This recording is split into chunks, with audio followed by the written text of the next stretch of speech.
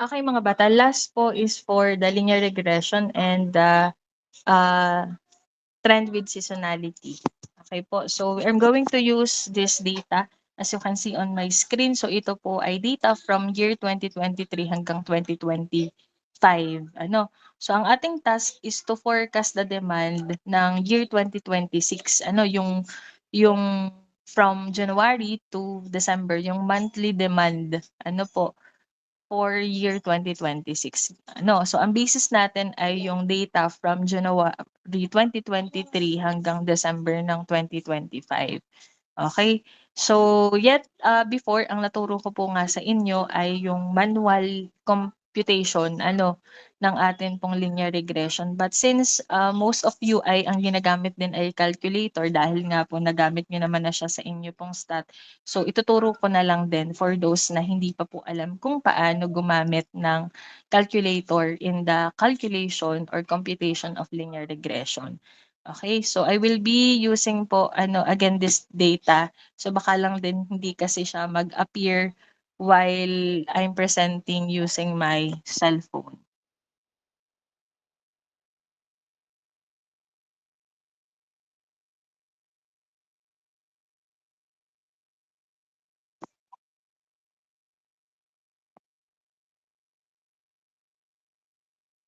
Ayan. So kita niyo naman yung akin pong screen. So ngayon, so ang gagawin natin ay mode stat. So alam niyo naman po ang gamay niyo naman ang calculator niyo. So maaari lang na hindi kasi same ng function or same ng function yung sa calculator ko sa calculator niyo. Okay, so stat, yan. So we have here for the linear regression, yan. Kasi nakapag-input na kasi ako dito kanina ng data. Okay, so we have here, input nyo muna yung values po ng ating, wait lang, i-clear muna natin siya. Ayan. Okay, so we have here shift, stat muna yung mode. So a plus bx, hanapin ang a plus bx sa calculator for linear regression. And then, for the input, so ang gagamitan po lang nating data ay ito. So sorry naman kasi na-save na siya kanina nung discussion namin ng 3.1. So ito, input nyo lang yung data from the first period hanggang last period. So since ito ay 3 years with 12 months, so ang total niya ay 36 ang data. So ang X natin naman automatic ay period naman siya. As in 1, 2, 3, 4, 5, 6 hanggang 36 lang. And then for Y, yun na yung demand. So ikokopyahin nyo lang yung given. Yan. So kapag na-input nyo na yung data, shift stat lang, tapos yung regression calculation na, papalabasin nyo na yung data. So automatic lalabas na po ito. So lalabas na ito pong inyong mga sagot. So lagay lang natin siya doon sa ating Microsoft Excel. Yan.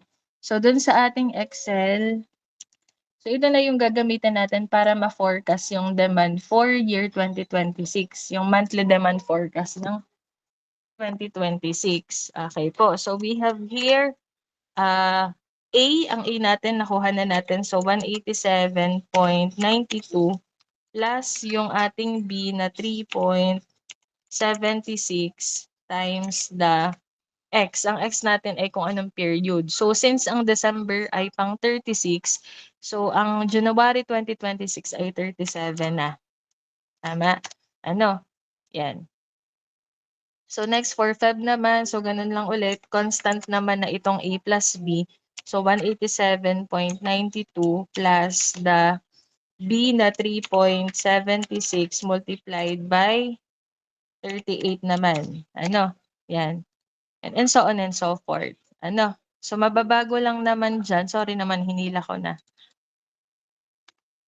Hina natin ang, ito ay 37 So 37.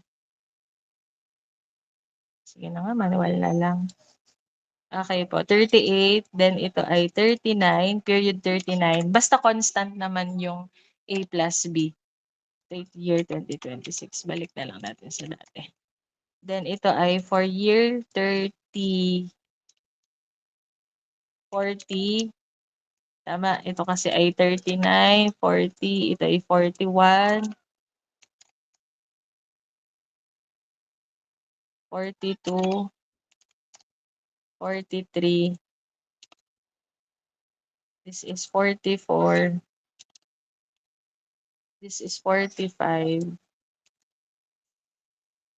This is 46. This is 47. And this is 48. Ayan. So, yan na yung ating linear regression. Ano yung forecast using the linear regression. So dito kung mapapansin nyo kasi, yung data natin dyan ay linear siya. As in, directly increasing lang siya. So hindi na consider yung mga months na tayo ay mababa ang demand at peak season tayo. So kaya i-consider natin yung seasonality. So kukuhanin natin yung seasonality index ng per month. So using the data that we have from year 2023 hanggang 2025. So for January, 'di ba ang ating formula average divided by the average ng lahat. Average muna ng January. Yan. Divided by the average ng lahat.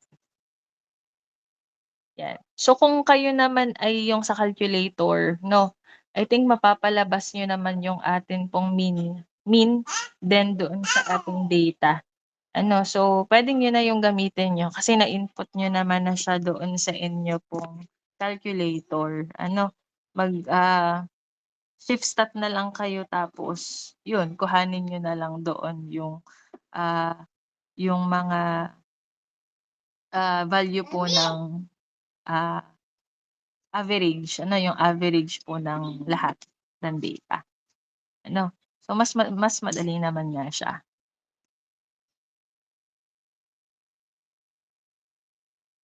Okay po. And then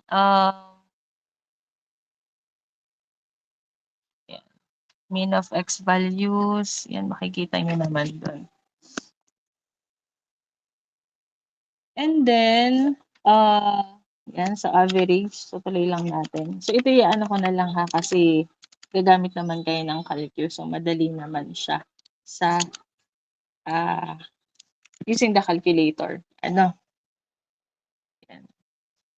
Average po ng lahat.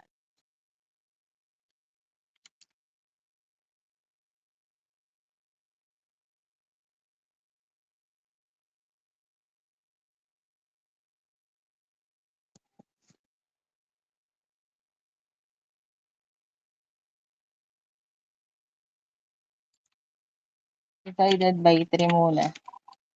And then, ito yung average ng ating January. And then, average ng lahat.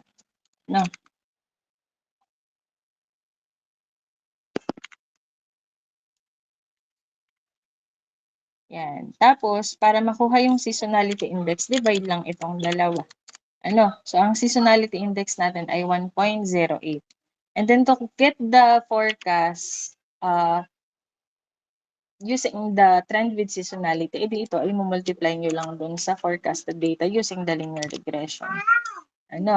So, ganun lang siya. So, ito naman constant na din kasi naman siya, pare-pareho naman ang average yan. Tapos ito, madali namang mag-average ng mga susunod po na data.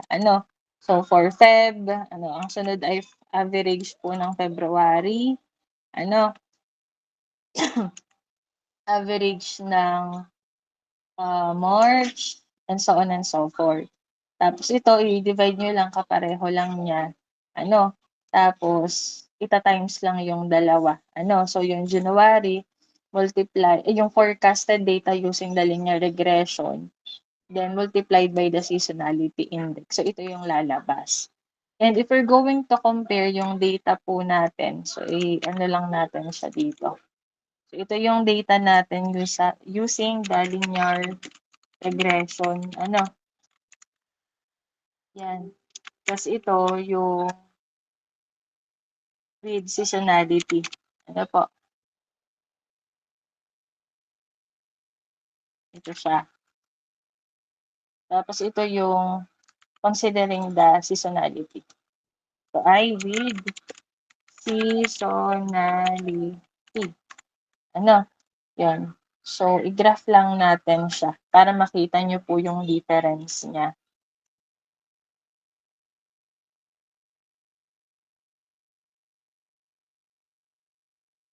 Yan. So, yan siya. So, nakikita nyo yung kulay blue, yan po yung ating forecast using the linear regression. As in, directly increasing lang siya. While dito sa ating pong sa ating trend with seasonality, kita nyo kung kailan mababa yung demand, So, as you can see, during April, yan, na paunti-unting umaakyat uli hanggang June.